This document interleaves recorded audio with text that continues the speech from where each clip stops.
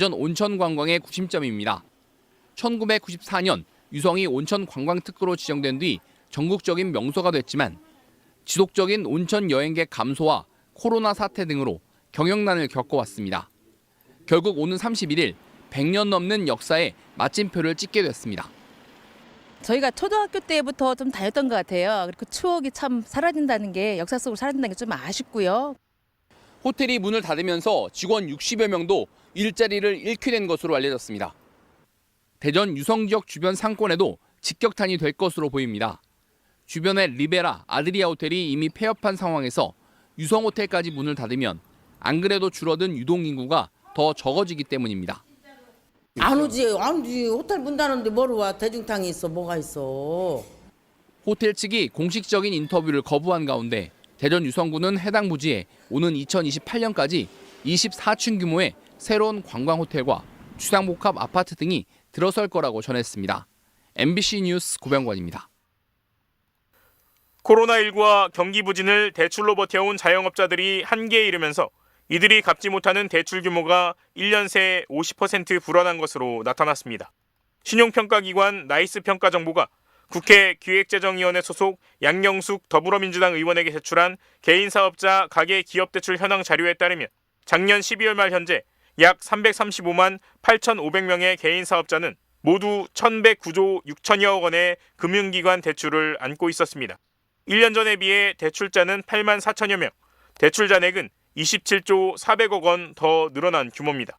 특히 이들의 3개월 이상 연체 금액은 18조 2,941억 원에서 27조 3,833억 원으로 9조 원 넘게 급증했습니다.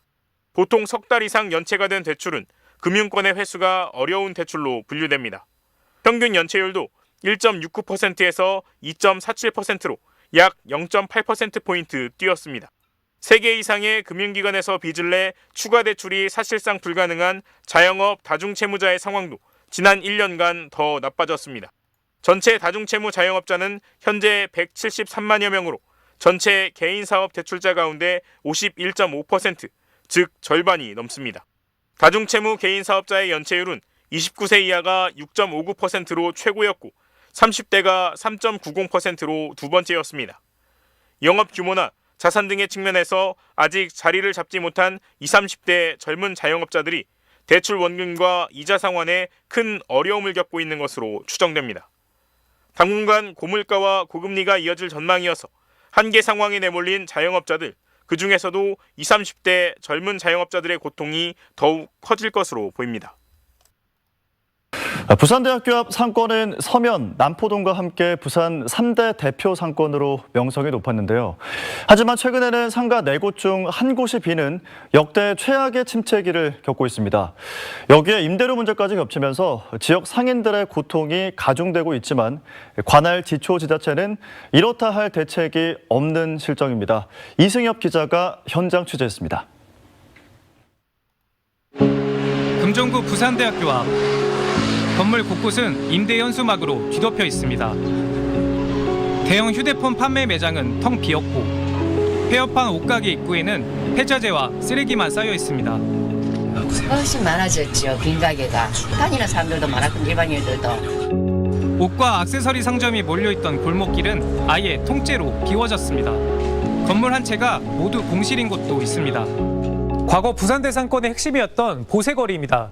지금은 이렇게 문이 굳게 닫혀 있고 건물 내부에는 오랫동안 방치된 물건들만 쌓여 있습니다.